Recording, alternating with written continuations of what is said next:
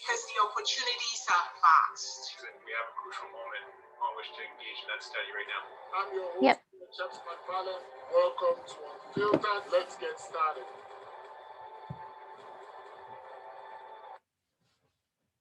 Hello, ladies and gentlemen. Welcome to another episode of Unfiltered.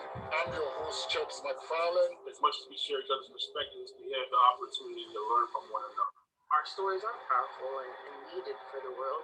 It took a pandemic like this for us to think. I have focused on using my art as a tool. Because the opportunities are vast. We have a crucial moment on which to engage in that study right now. I'm your host here, Chaps McFarlane. Welcome to Unfiltered. Let's get started.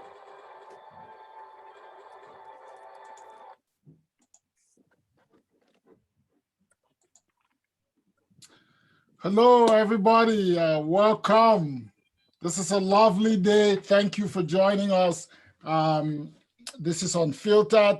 I'm Chaps, and I'm joined by a lovely co-host who is also very familiar with some of the conversations we're going to be having today. So I'll introduce her momentarily, and I'll also let her have the pleasure of introducing our guest, Mr. Wozney, who's joining us today.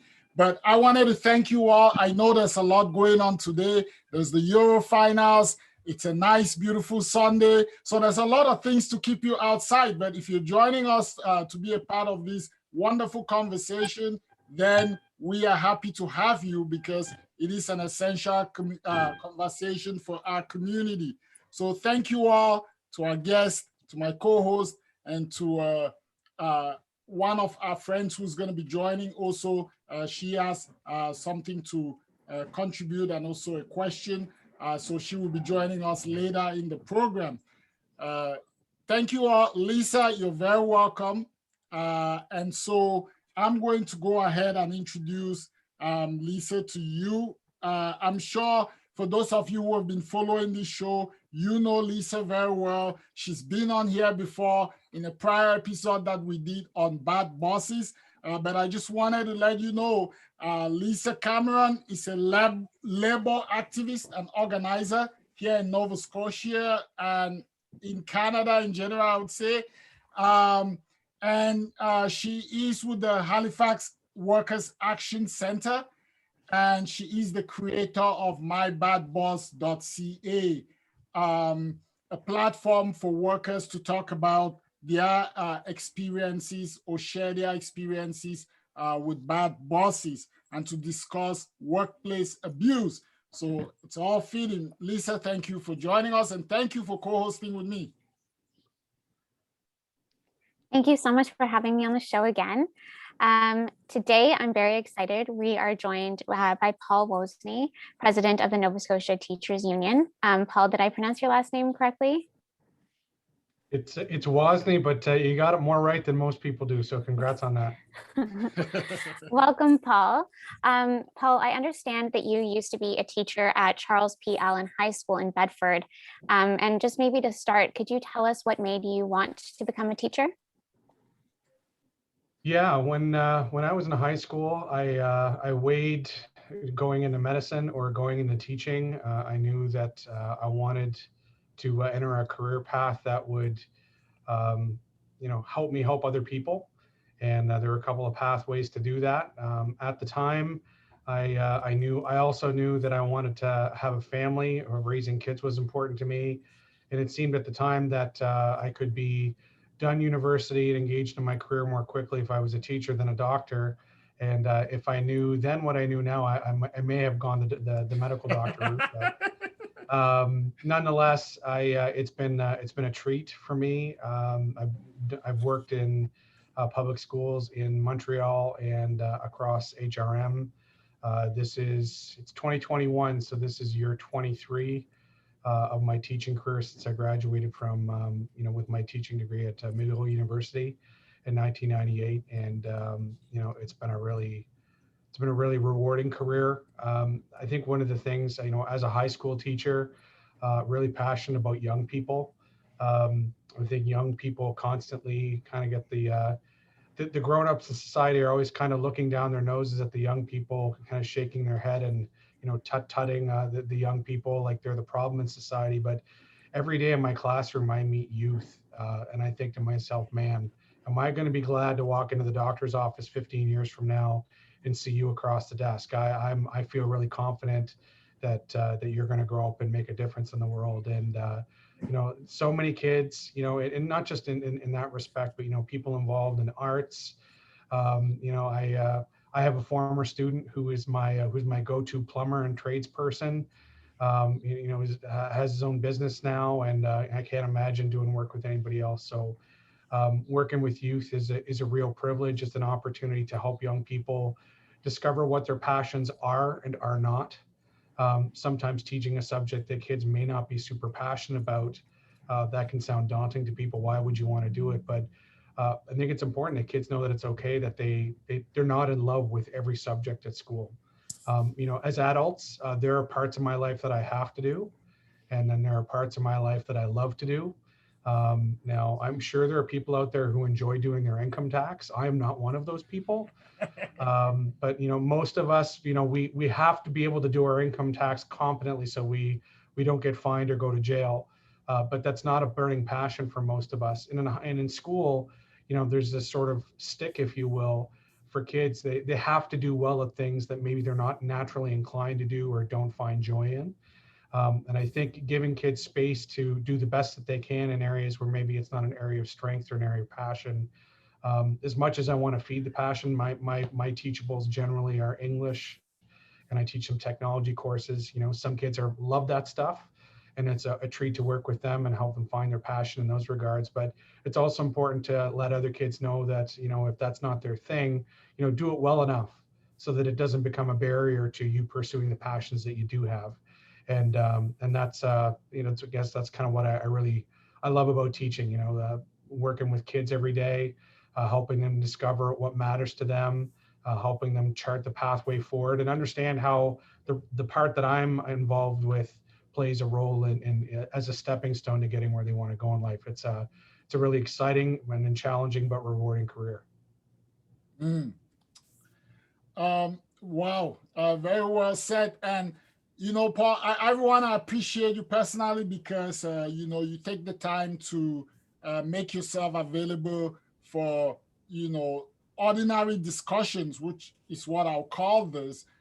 This is by no means CBC or any of the big networks, but you're so open to reaching out and having conversations about the things that you do, what you're passionate about, and the organization that you lead, and the thousands of people who belong to this organization. So, I just want to appreciate you for that. And, what you've said about, kids growing up and all the different things, it makes so much sense and rightly situated in this context of some of the things we're going to discuss today. When we have you on, we can't talk about everything because there's a lot we could talk about. So I'm always trying to be mindful of that. But I wanted to ask you right off the bat, the Auditor General released its report last week on the early childhood education in Nova Scotia. Now we know that's something that the government had put in place back in 2016, 2017. That's when they were rolling in this program. What is your assessment of how it has gone so far? And also, what comments do you have in light of this report that we just received this week? Yeah, I mean, really, I think the Auditor General's report sounds an awful lot like what teachers said for the first couple of years that pre-primary rolled out. I think it's important to remember the context. When this program was announced, we were mere months from an election. The government had just legislated a contract to sort of run teachers over in the legislature, imposed a wage freeze on them for 2 years, and a whole bunch of working conditions, had sort of eaten away at their constitutional rights to strike and take job action to fight for themselves. So, the government needed to show a way to show parents that it cared about public education, it cared about kids after just going to war with teachers. And this was the tactic that they chose. They went after parents of young kids. There were concerns about availability of, and not just the availability, but the cost of pre-primary education. It's a major expense for families to send their kids to daycare effectively for the couple years before they're old enough to go to public school. And so, there are other places in Canada where publicly funded pre-primary education has become a bedrock pillar of the social fabric. If we look at the model that was introduced in Ontario, there have been market benefits for children, for families, particularly for working moms in single family homes. And in particular, the school system has benefited from that approach because you have kids entering, they call it kindergarten there, we call it primary, but they're entering school with some fundamental skills in place that eases the home to school transition. And so we supported, the idea of a publicly funded pre-primary program. I think the biggest falling down of this rollout has been how fast and how much, and how soon everything happened. At the time it was announced it was going to be a pilot, it was supposed to be limited to about 20 schools. And after sort of the reception on those first 20 schools for a couple of months was really positive, there was a rush to get it in place everywhere as soon as humanly possible. And I think the price tag attached to that was way higher than what government expected. And we know now, we talked about it then, but it really destabilized private, pre-primary education, private daycare providers. And in particular, there was a real disparate impact on early childhood educators in private practice in rural Nova Scotia. So, we opened programs in community schools and really drained private pre-primary programs of qualified people because these new jobs were better paid. They came with benefits, they came with membership in a union, so someone would fight and advocate for you. So, I think all of these things, it's the speed, and really the public, the teachers union, other unions that represent early childhood educators pleaded with the government of the day to really, let's do this slowly and let's do it well so that this is a slam dunk. This is a home run that's great for families, it's great for communities, it's good for schools. But ultimately, the government, rushed it through.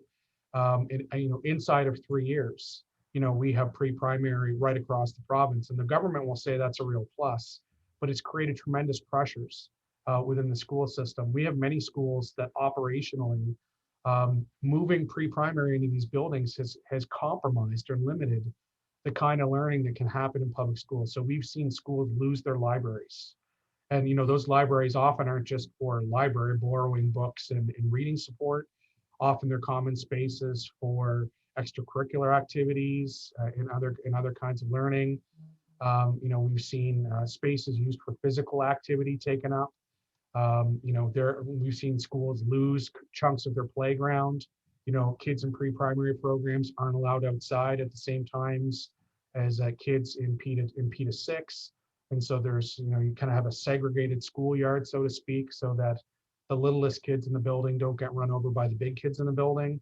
And so really it has really had a negative impact in terms of what kids can do, how they can learn, and how teachers and staff can support students in a significant number of schools across the province. So it's a shame, because there's no question that this is a program that should have been a home run for the people of Nova Scotia. We know that this is one of the keys to addressing systemic poverty in Nova Scotia. If you can take the cost of pre-primary education off of families, and that's money that they can take care of themselves and their household with, that should be a good thing. But unfortunately, we've seen the benefits of this program clouded and mixed up with a lot of other things. And I think the only other thing I'd say is that this program was launched at a time that we were trying to implement the report on inclusive education in Nova Scotia. And there were many communities in Nova Scotia that were relying on a full and comprehensive implementation of that inclusive education report. The disability community, autism, and neurodiverse families, were really relying on full implementation. There's an aspect of inclusion that hits home disproportionately for African Nova Scotian families, Mi'kmaq families, and families of racially diverse newcomers. Their children oftentimes are placed on inclusive programming. So there was a lot of policy work that needed to happen there. And really, we saw the government kind of split the difference. Rather than focus on a proper full implementation of the inclusive education report, it sort of split its focus. And really, we've seen the inclusive education process really stall and really only happen in a piecemeal way, rather in the full comprehensive way that the report outlined. So pre-primary in some ways has come, the opportunity cost of pre-primary has included not really following through in the way that the government said it would on inclusive education. So I think all of those things are things that we think about when it comes to how good pre-primary has or hasn't been for Nova Scotia so far. I know we're going to talk about some of the things you think could be done or should be done to improve the situation. Right now, we're just diagnosing and following up on the report of the Auditor General. But I did hear from some of your members, and in fact, they seem to agree with what you're saying. It seems as if this report vindicates them, because teachers have been saying this, this has created a sort of nightmarish scenario. One of your members was telling me that, they were now, some teachers had to teach more modules than they would have otherwise had because of the, the way they had to contract the space within the existing school space to make room for this primary education, and also the stress level that was bringing on teachers, and also the fact that the time that they had to prepare for ordinary courses, that if a teacher taught one course, the time that they would ordinarily use to prepare for that, maybe a 5-month time, sort of crunch now because they have to attend to all these other things, including preparing for their courses. So I wanted to ask you where it is that it allowed for choices to be made. And we know that in life, you make choices.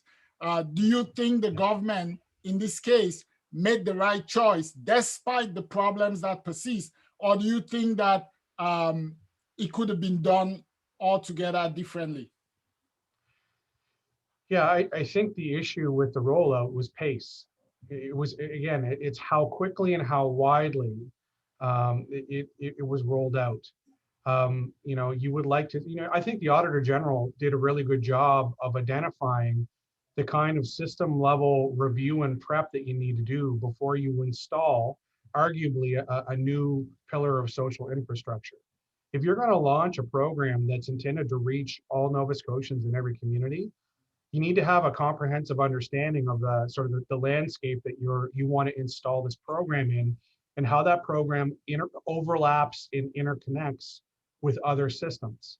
And so in this case in particular, because they've chosen to open these programs in public school buildings, yes, there should have been a concerted effort to study how can we roll this out in public schools in a way that ideally you should be able to roll it in a way that complements public school programming rather than disrupts it or compromises or interrupts it. And ultimately that's what we've seen. Without getting too political, the former premier who's responsible for this rollout is enjoying his pension up in the Annapolis Valley. But Stephen McNeil was the hallmark of his government was doing whatever they wanted to do, however they wanted to do it, without talking to anybody. And that goes across the board, in terms of their reforms of healthcare, the way that they've treated long-term care, the way that they've treated public education, social work, like all of these different pillars of our society, the public sector workers are delivering. They made changes to these systems, to these processes without consultation with frontline people who understand how the changes would impact service delivery. And in making those changes, by bypassing or ignoring that feedback, what we've seen is them spend a lot of money and achieve middling results. And I think one of the things that Nova Scotians realize is you can spend a lot of money and not change very much. The best programming rollouts get tremendous bang for the taxpayer dollar. If we're going to spend X millions of dollars, there's a way to optimize rollout so that money actually has a fundamental positive net impact for everybody involved. It doesn't create harms or eat away or erode things for some and create winners, for others. It's done in such a way that, everybody benefits from the change. And that's not the kind of change management that we saw under Stephen McNeil. All the change was announced, it was ramrodded through, and it was, well, we did it and it's done now and everything's marvelous. Despite ongoing feedback from people in the respective systems that said, man, this just made my work much more difficult. It's handcuffed me, it's limited my ability to have a positive impact for the people that I support and I serve. And that's unfortunate because these workers are already, by and large, overworked, already frustrated and exhausted and at the verge of burnout. And if government chose to build change in a consultative, collaborative way, you would have co-ownership of that rollout, with frontline people, and you'd have a very different impact from that approach. But time will tell whether the current premier, Premier Rankin, it seems that there's an election in the breeze. So Yeah. if there's somebody new elected in the not too distant future, are they going to adopt a different posture to making reforms and changes to key social systems? We don't know, but it's not rocket science in terms of how the best change rolls out. It's a matter of political will and style, and that's just not something that we ever saw from Stephen McNeil. So before my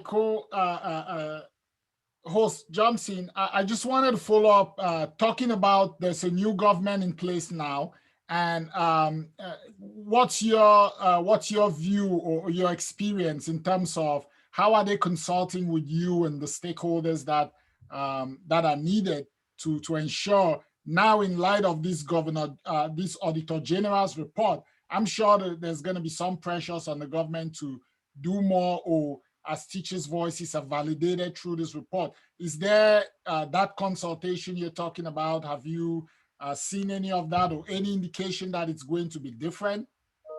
It's been kind of a tale of two cities, really.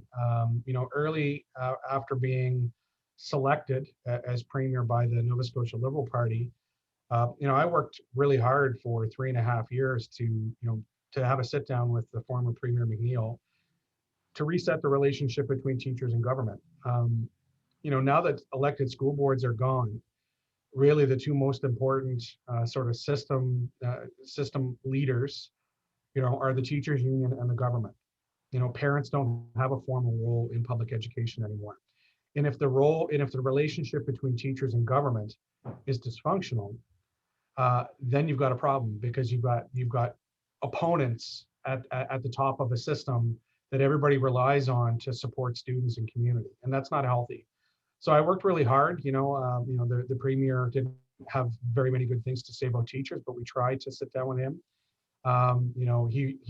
He resigned from office, never having met with me. The closest I ever came was to exchanging formal letters, but Premier Rankin, not long after he was selected, did agree to sit down. It was actually it was the Wednesday that sort of the major announcement of restrictions for COVID-19 and the third wave came down. So I thought the meeting was going to be canceled because we heard through the grapevine what was going to roll out that day. But kudos to Premier Rankin that he kept that commitment. We're able to talk about kind of 2 or 3 key priorities, and thought that perhaps we laid the groundwork to work together on some things. But then on the other hand, when the premier announced on a Friday afternoon, as everyone was already gone from school, that everybody was going back to in-person learning after a week before announcing that remote learning would remain in place until for the rest of the year. This is a government that has been willing to have conversation and then doubled down on the approach of the former premier, which is giving orders without consultation at all. So it's been a bit of a mixed bag. There's not a whole lot of dialogue happening right now. Minister Mumbercat, who replaced Minister Churchill as Minister of Education and Early Childhood Development, did agree early on in our relationship to have regular meetings, a couple times a month, so that we could have an open line of communication. That seems to have come apart. My last meeting with Minister Mumbercat was in early mid-May, and I haven't heard from him since, despite sending some text messages and asking for a call and not getting any response. So now that it appears we're headed into an election cycle, the likelihood that we get a whole lot of FaceTime with government is pretty slim. Their attention is going to be on campaign style events, making announcements and things like that. But I think it does raise concern for me that the potential for this government to continue in the vein that Stephen McNeil carried on for 7.5 years. Good things did not happen in schools as a result of that kind of leadership, politically. And I really believe that if we're going to see positive change happen in schools, it's going to require a very different approach by government. Premier Rankin still has the ability to kind of change the channel on that, but whether he does remains to be seen. Lisa, you go ahead. There's so much content here. It's all really exciting. I wanted to say one of my favorite aphorisms that I learned in union organizing is that workers know their work best. And you see this a lot where you have these sort of top-down management structures where management is designing the rules and the layout of work, the structure of work, and it makes no sense. It has no practical, bearing on the reality of day-to-day work. Ultimately, workers know how their schedules should work, what tools they need to do their work, what's effective with students in this case, what's not, etc. So just wanted to, just say, that absolutely makes sense. And it's unfortunate that government hasn't really consulted teachers in their area of expertise. And I also wanted to point out, this is going a little while back, but you raised an important point about, you were talking about private sector. And I think that by raising worker expectations, one of the important social roles that unions have is to put pressure on the private sector to do better too. So like you said, folks working in childcare in private facilities were moving on from their low-paying jobs in their care centers to take unionized jobs with benefits, with a pension, perhaps with job security, protection, etc. And I think that is real worker power when workers have the choice to say, like, no, I'm not going to put up with this. Not only do I deserve better, but I can get better, and I'm going to, and to move on to a role that really respects their work. I wanted to also touch on something that is controversial. One of the biggest complaints that I hear about unions is strikes, particularly strikes that are disruptive, which, might I say, is their very purpose. And when teachers withhold their labor, the impact can be colossal, but so can be the wins for teachers who need support and the improvements that they're asking for. So I was curious if you had any thoughts on teacher strikes. Yeah, well, I mean, I was a teacher who was on strike in 2017. That's the only time in my career, I've been part of a strike vote in the past, and it was sort of really a tool of leverage in negotiations.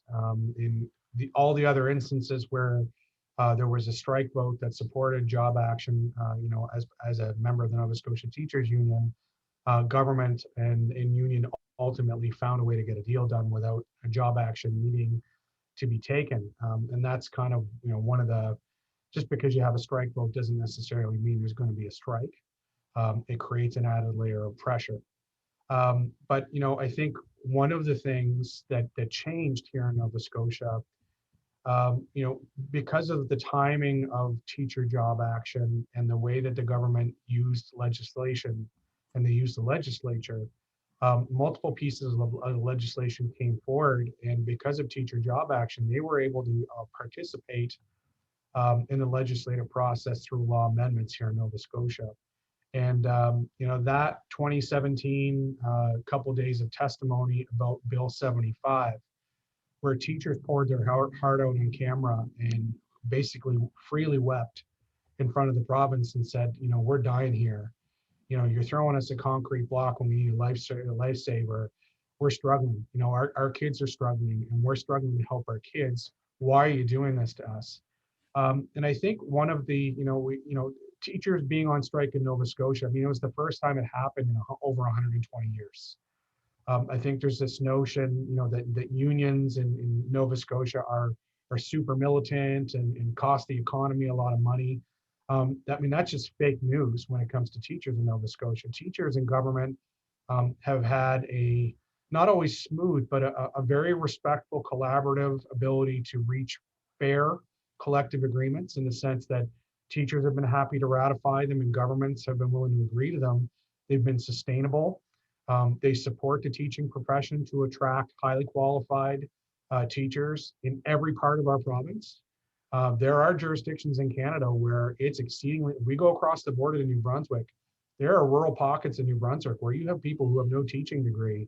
You have schools where there are significant numbers of unqualified adults who are full-time teachers because they can't attract and retain fully qualified people to do the work of teaching real high school, real public school courses in those communities. But when we look at other organizations, arguably organizations that would be viewed as radical or avant-garde, when you look at the Chicago Teachers Union, when you look at the Union of Teachers in Los Angeles, you look at Detroit, you look at Atlanta, you look at Kentucky, those are unions that have used their solidarity and used job action, both legal and illegal, to win gains that are of direct benefit, particularly to historically oppressed communities.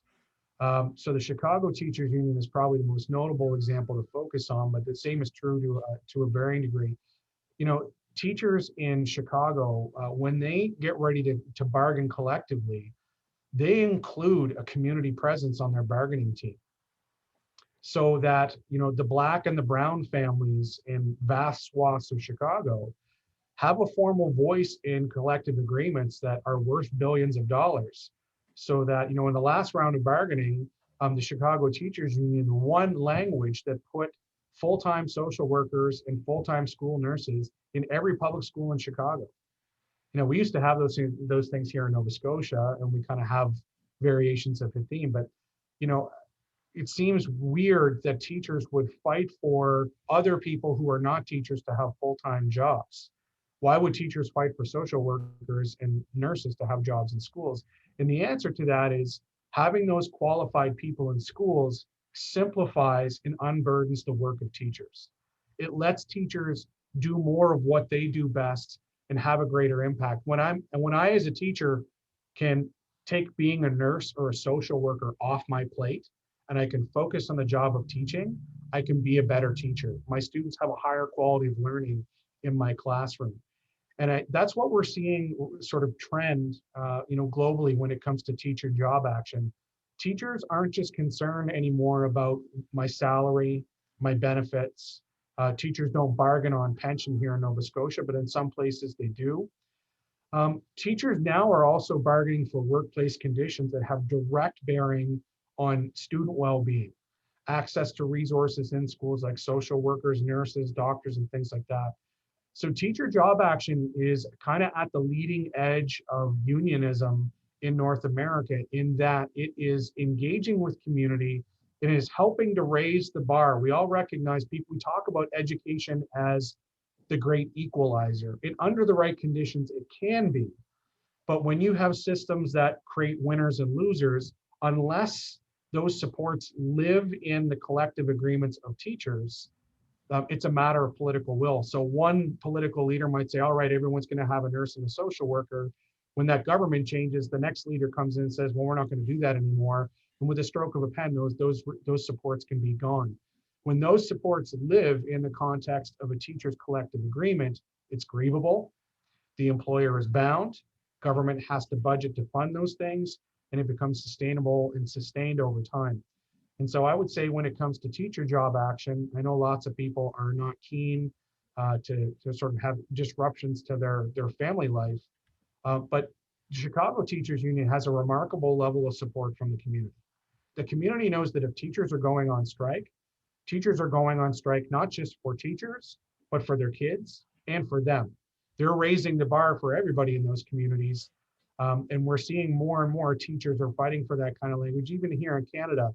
When our siblings in BC, had a strike mandate and really had a hard go of it with the newly elected Oregon government, a lot of that was over conditions that really were benefiting students directly in classrooms. So we're seeing teacher unions take on more of those fights as part of collective bargaining. And that's why it's so important that teachers' right to strike remains a constitutionally protected right, so that governments don't chop off the hands and the feet of teachers unions to win things that are good for students, because governments certainly are not stepping up to the plate and doing those things on a voluntary basis. Absolutely. I think, you said that teachers are advocating, not, I guess, in part to help alleviate some of the stress that's put on them by having, social workers, nurses, et cetera. But I think also, teachers have their finger on the pulse of society better than bureaucrats and legislators do. Teachers really know what their students need, what their communities need, what their children need, and things like that. And people who are so withdrawn, like we've already talked about, really aren't in a position to identify the needs of their community. And that's a really huge obstacle to government in general. The LA Teachers Union, I've studied, quite a bit about that. And obviously there was this threat of charter schools in LA. This was sort of a huge thing that the LA Teachers Union was actively fighting against. I don't really get the opportunity often to talk about my absolute disdain for private schools. And I'm not asking you to make any comment on that. I just would be interested in your take on, like, what's the dynamic here? What kind of threat are private schools imposing on the public school system? Is it similar to what's happening in the US? I think, firstly, how schools are funded is very different. So in the United States, public education remains funded on a municipal ratepayer tax basis. And so in a very basic way, let's pretend, Chebs, you live in a community where the median household income is over $200,000 a year, and property values are, getting close to six figures on average. It doesn't take a genius to figure out that you can tax very valuable properties at a very small rate and still generate an incredible amount of revenue. And so in Cheb's community, the tax rate, the tax burden on citizens is very low, but you have a wealth of resources to operate a school in the catchment for Cheb's community. Lisa, you live down the road in a community about half an hour away, and it's a huge number of people are migrant workers, non-unionized workers, minimum wage workers, or seasonal and precariously employed workers. So there's not a lot of income stability. Most people don't own their homes. They live in high density. And so the taxable value of property in your area is very low, right? And so what you've got to do, if you want to have a comparable quality or a comparable amount of funding, you've got to tax the dickens out of low value properties in your neighborhood. And you can know that you might be able to do that and still come well short of the amount of funding that we can get from the wealthy neighborhood that Chebs lives in. That's really the fight that you have in the United States, because education funding is drawn municipally. There's some state funding and there's some national funding, but it's really not apples to apples across the board. And that creates a lot of winners and losers, because some states do more to fund public education, many do less. Here in Canada, it's different. Here in Canada, education is a provincial purview. And so public education, by and large, is funded by the province. And there's a formula sort of that runs on a per capita basis. And to a moderate degree, there are some municipal funds that come into public education in certain areas. So in Halifax, HRM, the Halifax Regional Municipality does collect a certain amount of ratepayer taxes from Halifax HRM residents. And that money goes to support fine arts programming and some other supports for students. But that funding is very stable because most of it comes from the province. The gap between the richest and the poorest in Nova Scotia really is sort of it's minuscule compared to the gap there is in the States. And so in the States, you have people who want to open charter schools because they say public schools in my area are terrible, right? The quality of education is poor. We can't attract good teachers. We want to get the best people in here. So charter schools are a way to draw some public funding and allows you to kind of run a school that's sort of by admission. So you can establish standards and things like that. And there's some appeal to that because all of a sudden you're not necessarily, when you have the best and the brightest from a struggling area, you can still do incredible things. But what ends up happening is the school down the road where people can't afford to pay the school fees at the charter school, they're left with arguably with the dregs of funding and what's left over. And so the problem with charter schools is they compete for scarce resources financially that public schools also rely on. Here in Nova Scotia, we don't have charter schools.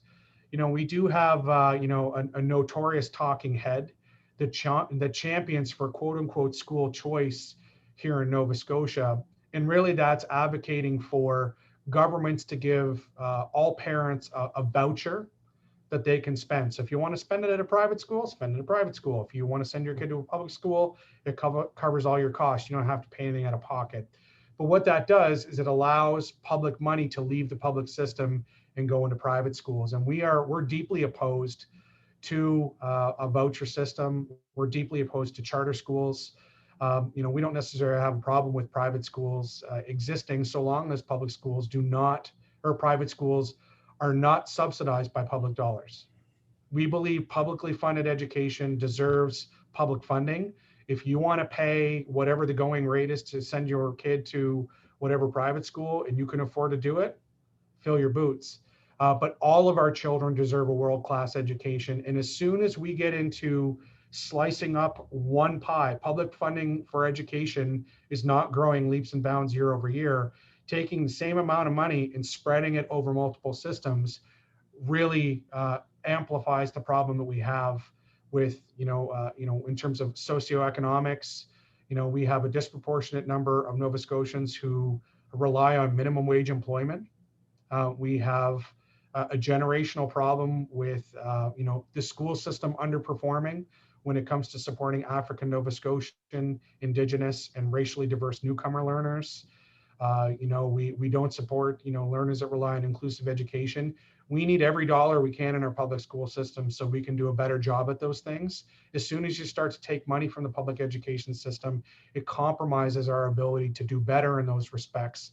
And we know that those are things that our school system needs to do better. And that's why we fight so hard for those resources. So, Lisa, I don't know if you have a follow-up, but I just had another question that I wanted to ask. So, what are you hearing, Paul, from your members, given that we're sort of talking about a number of things here? We've talked about the Auditor General's report, by no means to the depth that we could go because of the time that we have. But, we have that.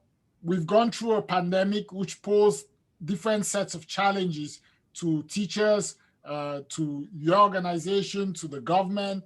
And now we are sort of, I would like to call it, say, the tail end of this pandemic, but at the cusp of another school year reopening in a couple of months. So how are you and your members sort of, dealing with all these different or shifting struggles that you have to manage?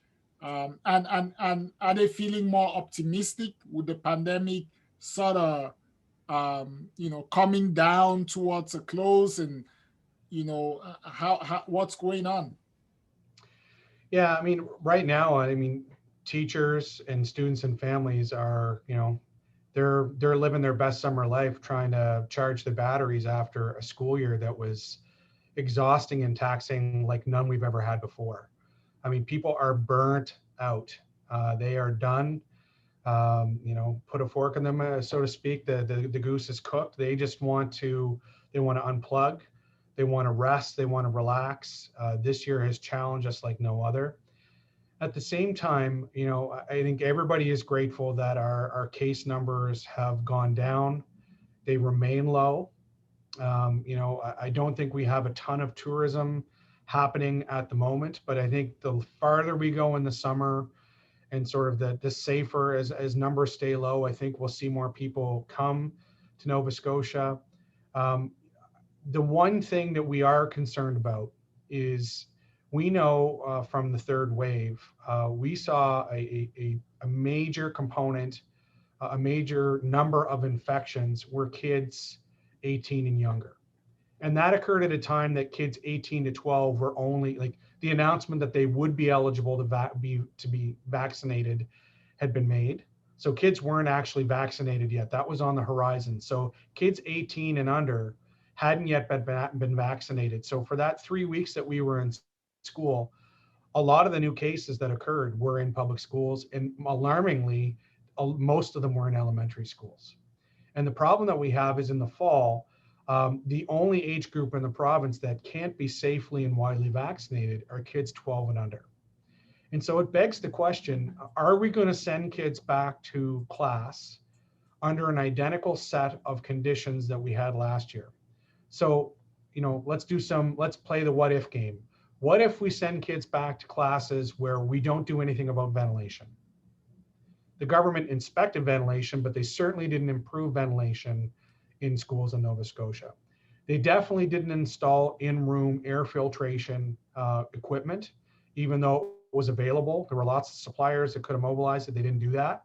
We had almost $50 million from the Trudeau government last August that money could have been spent on. They chose not to spend it on that. So we have identical ventilation conditions as we did last year. What if we send them back to class and they're not able to be physically distanced any more than they were last year? In most classrooms in Nova Scotia, less than 1 meter of physical distancing was possible. We know that this virus is not droplet transmitted, it's aerosol transmitted. And that means that 6-foot physical distancing habit that we've cultivated is not the kind of protection that we thought it was, because aerosol transmitted viruses, you can be 10 and 20 feet and still contract the virus. So when it's droplet based, 6 feet is enough. When it's aerosol based, 6 feet is a minimum, but still, high risk. If we send unvaccinated kids back into classrooms like that, are we going to see a rise in cases amongst unvaccinated children? And that's an important question. We know that this is a concern. We know that Dr. Theresa Tam started to have conversations with provincial public health officers, really focusing on that 12 and under age group and coming back to school.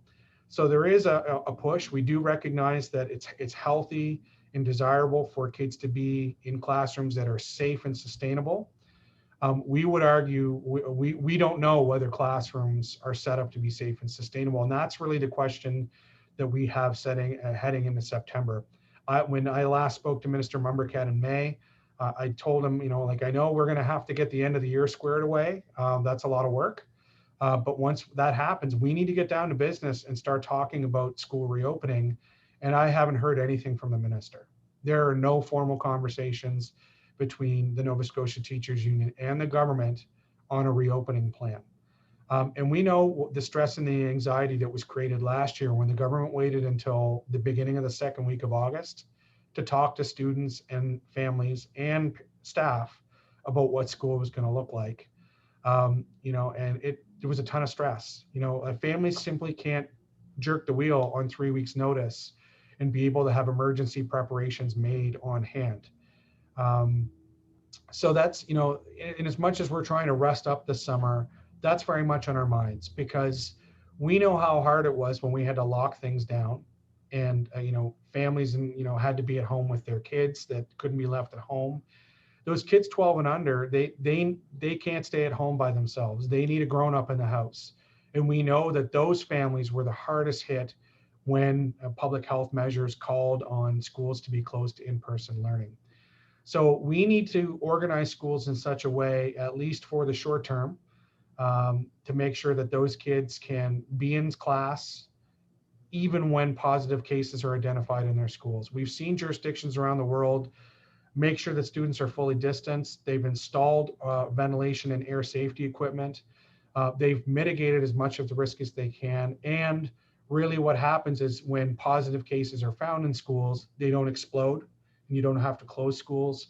Those schools can remain open, and it minimizes the burden on the larger community. And that means directed supports can go to families. If their kids have to be home for 14 days, programs have been put in place to make sure those families don't have to quit jobs or miss shifts. So that's a kind of approach that I think makes a lot of sense heading into September, but there are no conversations about making that model happen, and that's a concern. So I know that we are approaching the hour here, and there are still lots of questions. So to all of our viewers, we're here with the president of Nova Scotia's Teachers Union, Paul Wozney, and we're just having a conversation about various struggles facing teachers, the union, and our communities, given that our communities are really empowered by our children, and their education is the future. I wanted to ask you this. Are you talking to any of the opposition parties or other parties? Because presumably there's an election.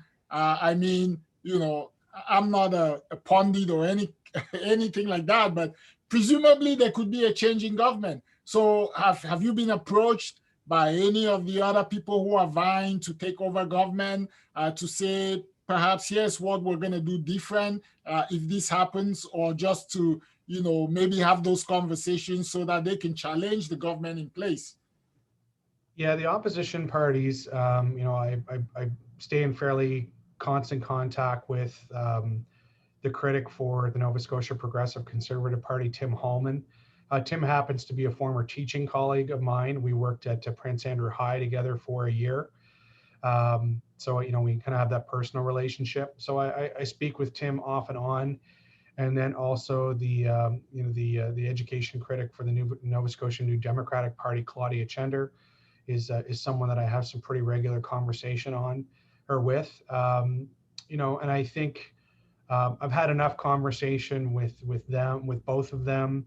I have had opportunity to speak with Tim Houston, the leader of the Nova Scotia Progressive Conservative Party, and with Gary Burrell, the leader of the Nova Scotia NDP, to kind of have a sense of how, you know, I guess one of the things you listen to is you can listen to a platform that says, you know, this is what we're going to do.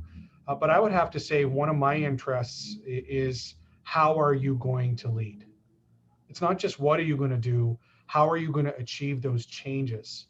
I would argue that, you know, a number of the priorities of the McNeil government were important priorities. You know, did we need to improve administration of healthcare in Nova Scotia? Yes. Do I agree with how they made those reforms? No, I don't. Could we have improved, you know, governance of public education in Nova Scotia? Absolutely.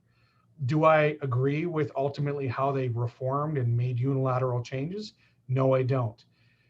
So I think it's as important how a government will lead and work with the people of Nova Scotia as much as what they say they are going to do. It's how you do what you do as much as what you're going to do, what you're going to do, you know, what you're going to do. So, you know, both parties sort of commit to having a different relationship with teachers than with the current government.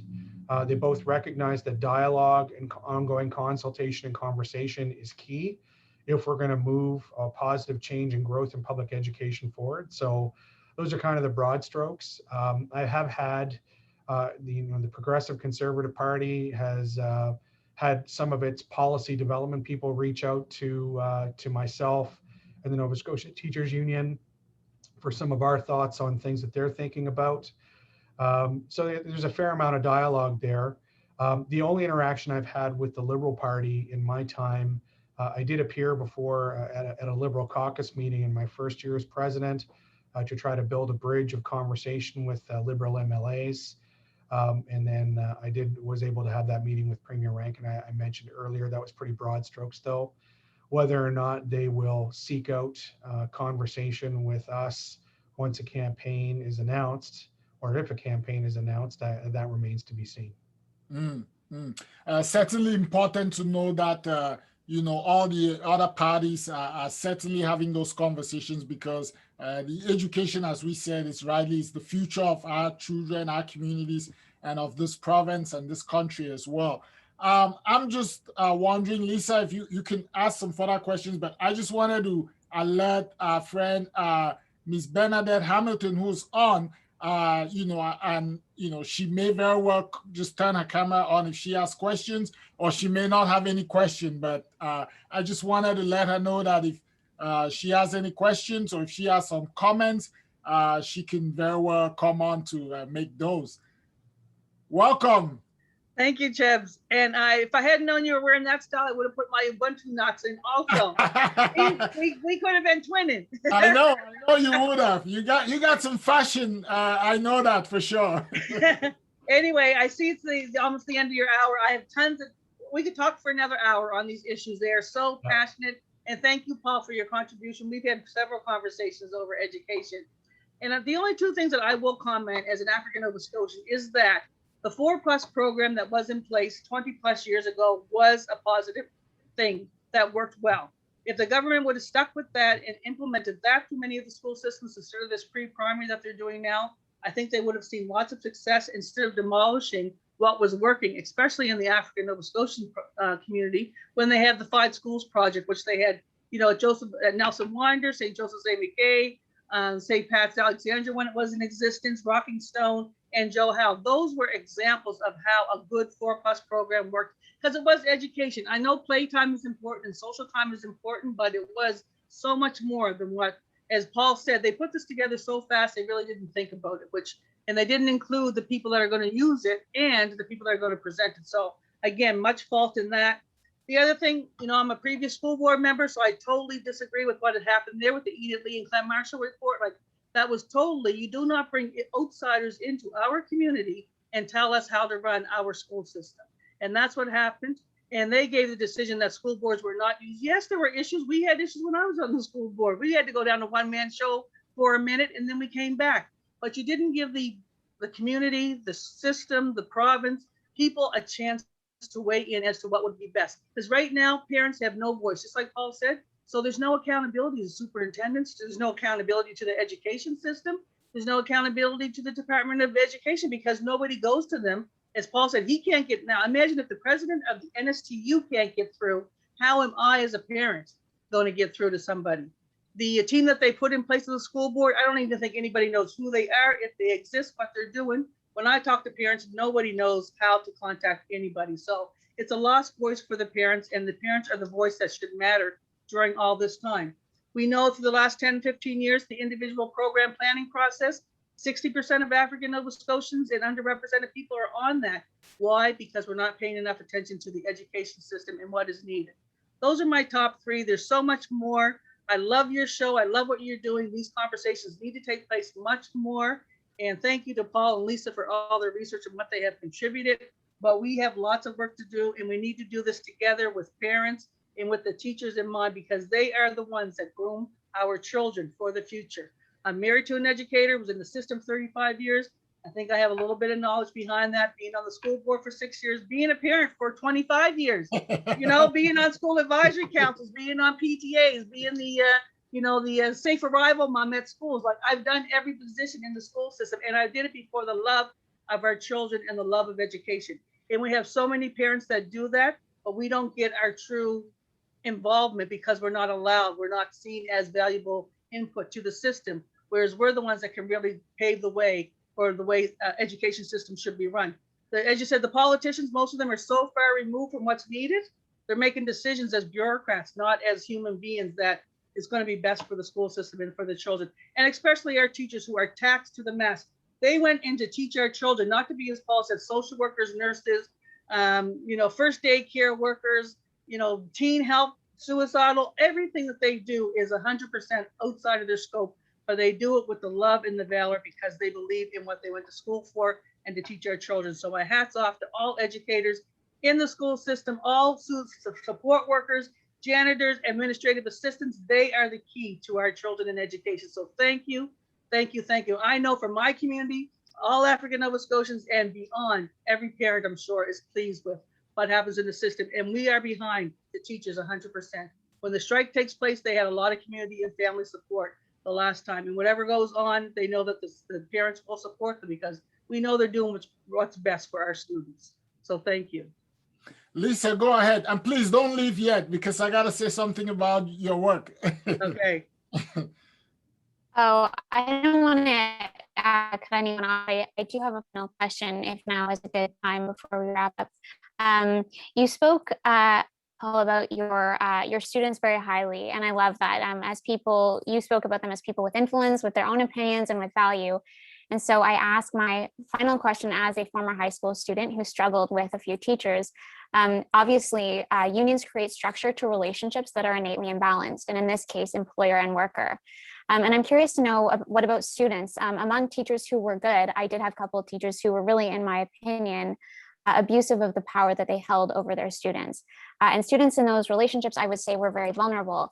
How does the union structure assist students, like high school students, with their issues that they have with teachers? How does the student union, if it does, resolve conflicts between students and teachers? Yeah, I don't know that the union plays a role in sort of mediating conflict between students and teachers. We're the union. I mean, we have executive level staff. One of our wings is professional learning, and where there are concerns about a teacher's in class performance, and in cases where that teacher is sort of known to a school administration and there's the potential for discipline, we have staff that do work in a supporting capacity with individual teachers to adjust their practices and adopt different methods and habits, and I think most importantly to adopt a different headspace. I think one of the challenges sometimes is oftentimes when we have conflict, one of the things I had to learn through experience is oftentimes students who are quote unquote misbehaving, really poor behavior, often is indicative that something deeper is happening with the student. Some people like to assume that someone who is acting out is just they're just being a meatball. They just want to give you a hard time. There are times where that's true. But I had a really important moment in my classroom. I had a young man, and lots of people had lots of things to say about him. Oh, watch out, he's a real firecracker. He can explode on you. I had a wonderful relationship with this kid. Very personable, maybe wasn't the greatest student, but, came to class, worked hard, wanted to do well.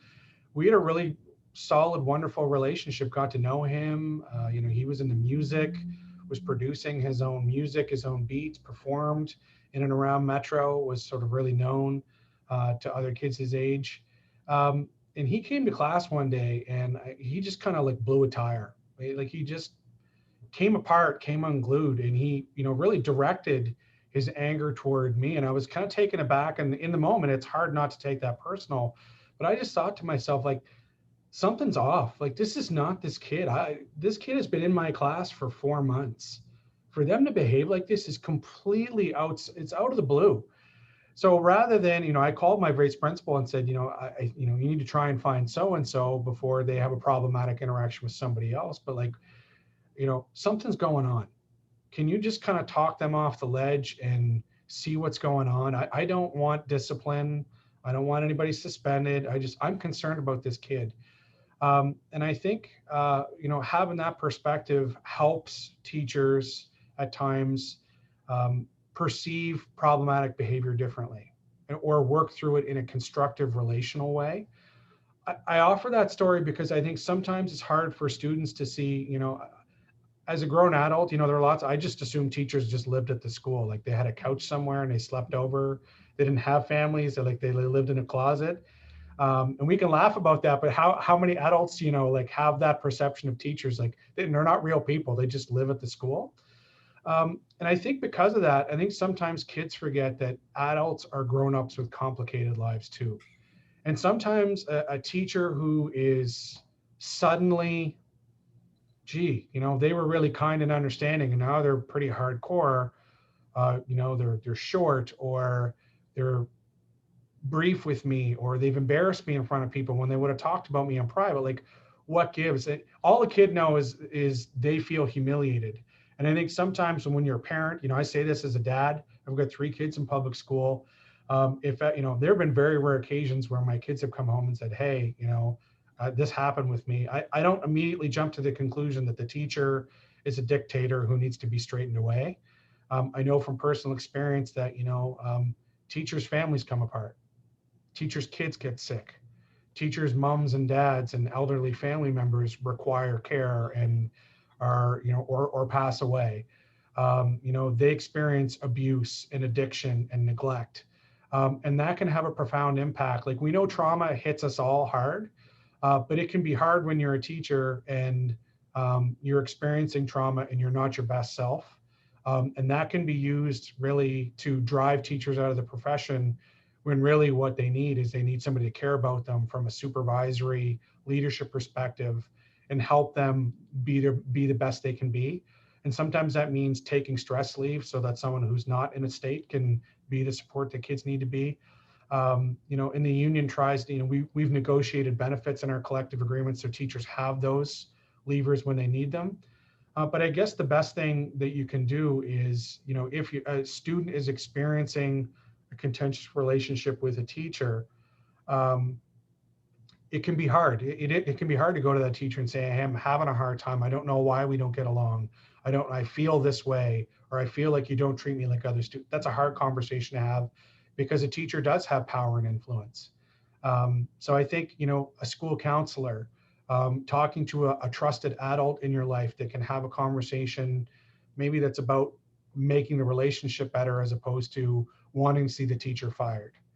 I think that's, if we understand school, at the core of every classroom is a relationship that teachers and adults have with kids, as young as 4 and as old as 18 and sometimes older. If we can solve the relationship problems, we remedy learning problems.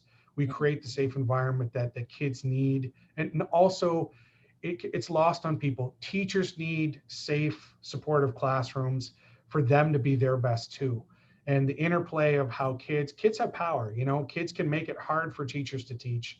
If we can find ways for people to work together and be on the same side of a positive classroom experience, that's when we fix problems. And that's where we have to turn at times to other people in our lives, either our family or other supportive adults. Bernadette has highlighted the work of support workers. I think, I want to speak specifically of African, Nova Scotian, and Indigenous students. There's an additional layer of power imbalance there because of the systemic racism that they experience. The value of those support workers in schools to help navigate the problems that we're talking about here, it can't be overstated. They're critical people in every school building in Nova Scotia. And those roles, we can do a lot in our system to elevate those roles in terms of how they're compensated, how those workers are trained and equipped, in terms of practices that they have, at their disposal. Those are key things that we can be doing. So, I think that's really navigating how we have better relationships. The union can and does support teachers to do that. But I think as soon as you formalize a process, you back people in the corners. Like if there's a complaint process, like Mr. Wozney was a jerk to me, I want to file a report. Our ability to work that out just got complicated. So I think trying to work it out through relational channels is always the best way. Informal discipline and formal channels, really, we want to use that as an option of last resort when justice can't be realized through meaningful, authentic processes. And I think it's not that students can use the union to, obviously like file grievances in the same way, but, you've touched on many ways that the union can help sort of mitigate some of those imbalanced relationships and make it more fair, especially by supporting teachers better. So thank you for that answer. Yep. Well, Chep, can I just butt in here for a second? Yes, get going. I just want to, Bernadette's comments earlier reflect something I believe deep in my heart. Bernadette pointed to a couple of concrete examples of where we already have, like I've acknowledged multiple times in our conversation, how the school system fails to serve African Nova Scotian, Mi'kmaq, and racially diverse newcomer students that are neurodiverse. There are students that the school system doesn't serve as well as it should. And we have examples, in terms of how we do better. Bernadette's pointed out multiple examples that are really co-constructed by community. She spoke to examples specifically within the African Nova Scotian community that have delivered proven benefits to African Nova Scotian learners, communities, and the staff who support them, right? And we don't need to import consultants from Atlanta and Los Angeles and Chicago. It's not that we can't learn from good work that's happening in those places. Nova Scotia has an embarrassment of riches when it comes to Black excellence in leadership, creativity, innovation, proven ability to elevate outcomes for African Nova Scotians. And like, we don't need to go shopping anywhere else besides Nova Scotia. And the collaborative approach that I've been talking about, trying to achieve with government, that's a larger project. I've been trying to do that work. At the same time, I'm trying to work better with government. I'm also trying to work better with community, to work with not only African Nova Scotian leaders, but African Nova Scotian members, so that the NSTU becomes a more just and equitable organization that better supports and elevates Black members, that better elevates and supports Mi'kmaq and Indigenous members, that elevates and supports LGBTQ and other diverse members of our. So I just want to shout out, Bernadette is somebody who has longitude. She's been around forever. It's amazing that she looks as young as she does, but she has seen it all. And when she says that she's done it all, she's absolutely right. She's somebody that I look up to and I have all the time in the world to listen to. We are not short of solutions to the problems that our school system face if we listen to the brilliance and the expertise and the leadership that resides in every community of this province. We have Black leaders and Black communities and Black students that can help us be better at what we do. The same is true of Mi'kmaq and other racially diverse communities. I want to take this opportunity. I think I see many other conversations, breakthrough comes through conversation where people within the system acknowledge the excellence that's there and create space for us. So I would welcome the opportunity on a future episode to have a conversation about how do we build a better school system? How do we do a better job of supporting Black learners and engaging African Nova Scotia community? That's a conversation I'm passionate about having.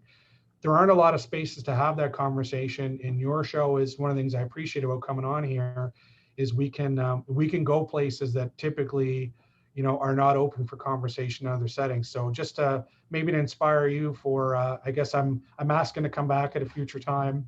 But it's in the context of conversation with leaders like Bernadette, and there's some other people front of mind: Augusto Jones, Dr. Marlene Ruck-Simmons, Dwayne Provo, Wendy Lee Poitras, Megan Fraser, Malik Adams, specifically in terms of how we do better in terms of supporting African Nova Scotian students and communities. We have the expertise in the province, and I want to be part of the conversation, not necessarily as a talking head leader that has all the answers. I need to be in these rooms as a student and as a learner, as a listener, so that I can bring my weight to bear and push in the directions that we know are going to make a difference. Wow. Thank you so much, Paul. You're so humble and selfless.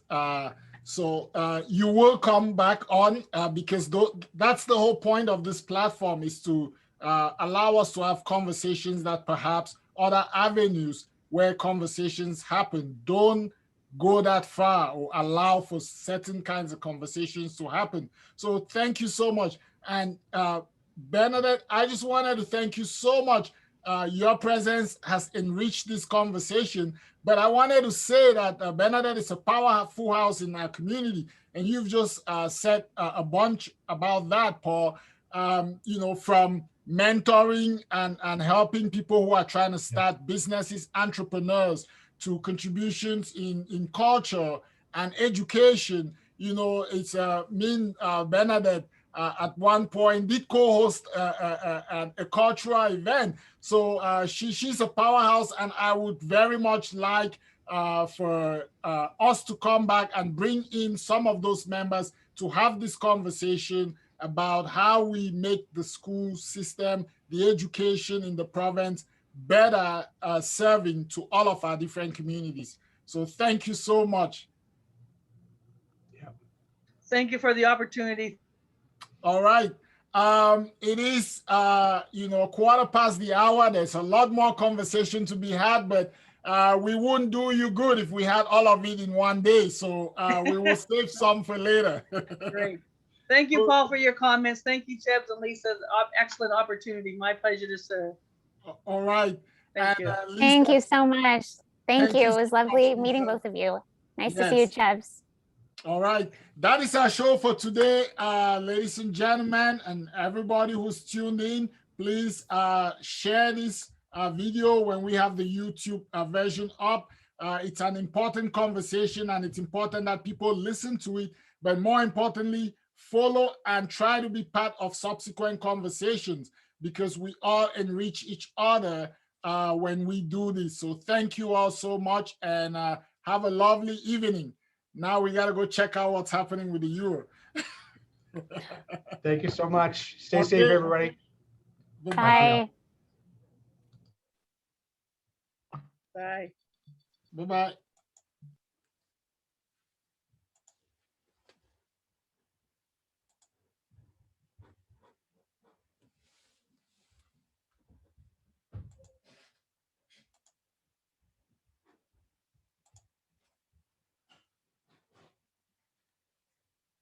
Hello, ladies and gentlemen. Welcome to another episode of Unfiltered.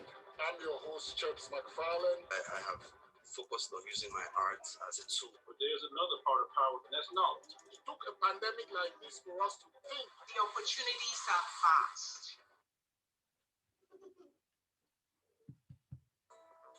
I'm your host here, Chubbs McFarlane. Welcome to Unfiltered.